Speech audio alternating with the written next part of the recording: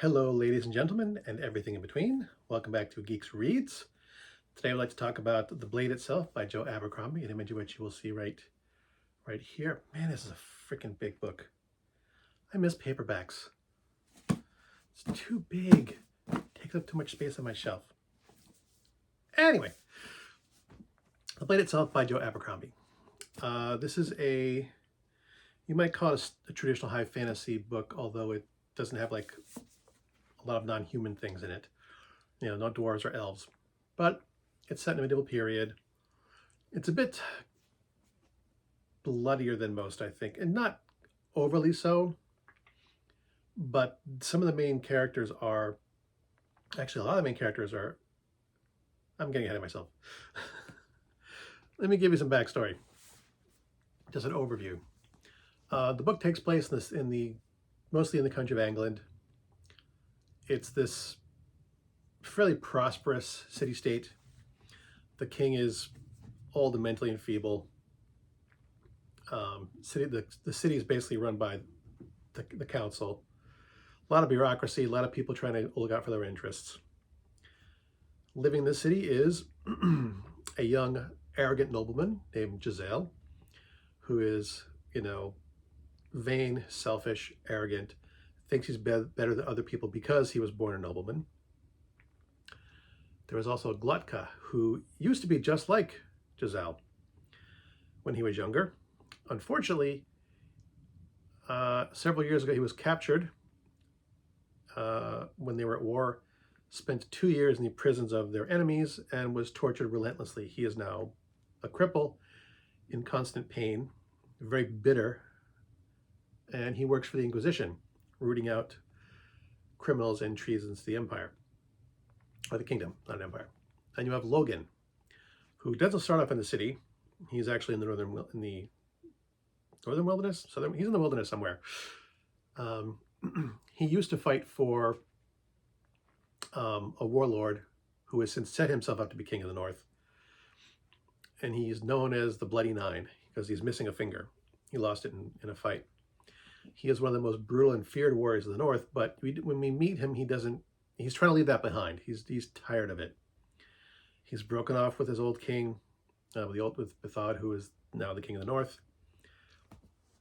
He and his men are trying to live less brutal lives. There are other characters around this. Those are the main three. You meet the wizard Beaz, however you pronounce it. Logan meets him. In between Glutka and GEEXX is West, a young man named West, who fought with Glutka in the war and is now like a major. But he wasn't born nobleman, so he doesn't get a lot of respect from the higher-ups in the bureaucracy. The story bounces back and forth between these three, and occasional diversions into other characters.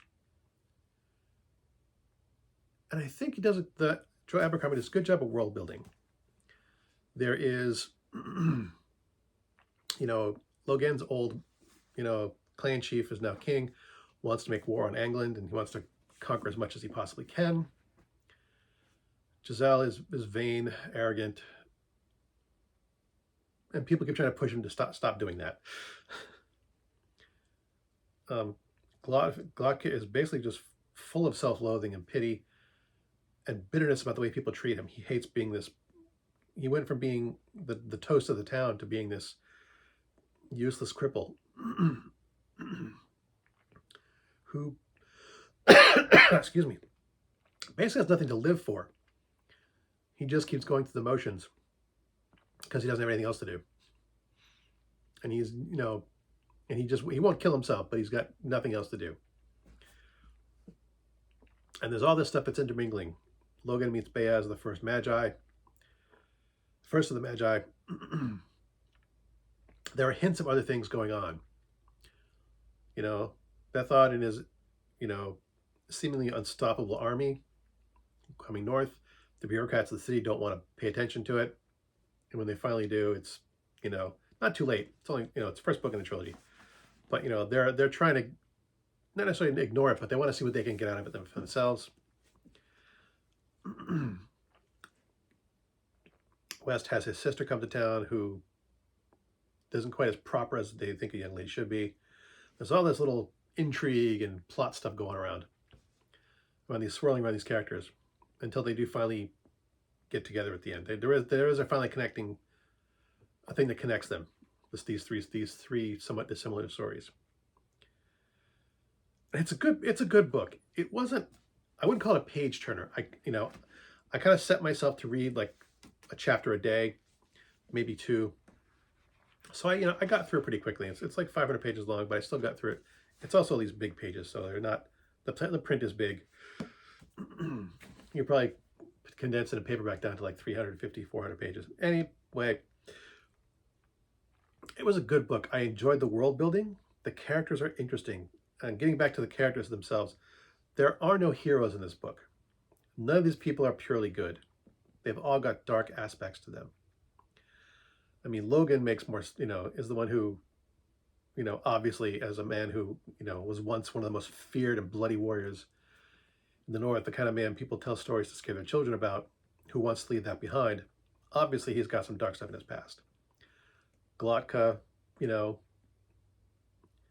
bitter and angry that he has been overlooked and overshadowed by his physical ailments when his mind is still just as sharp as ever. Giselle, obviously, is a vain and arrogant nobleman. He's an interesting character that he doesn't want to be a good person. He likes being who he is. He likes being vain, selfish, and arrogant. And he thinks those noble thoughts are a weakness or beneath him. He doesn't want to change. But you get hints that somewhere in there he's not a villain. He's selfish. But there are other characters too. Bea is the first wizard. First the Magi. You learn he's not a hero. He is capable of being ruthless. Major West, Glotka's old friend who is now the major in the army. He's got a temper. There's some dark stuff in his past too. Without giving away too much, but like all these characters that we're supposed to like are relatable because they're not pure good. And it comes out in the book. Maybe not right off the bat. It may take a while to get into. Like I said, it wasn't a page. The first 2/3 of the book was not really a page turner for me. It wasn't until towards the end of the book, where the pace started to pick up a little bit. Was like, okay, I got to read 3 or 4 chapters at a sitting. I can't just sit and pick my one. I got to find out what's going on next. So it picks up towards the end. I mean, some of the advertisements, oh, it's full of action. It's like, not really. There's some action-packed, plenty relentless. Not really. But, it's good for what it is. The pacing, there starts off an action sequence in the first chapter, and then it kind of slows down quite a bit. There's not a lot of action between chapter 1 and chapter 20 or 30, however long this book is. There's some straddled here and, stuck in here and there, but this is not an action-packed book. It's more slow character development and world building. But it was good. I did enjoy it. If I had to rate it, I'd give it a B. A solid B, because I will be reading other books. Not right away.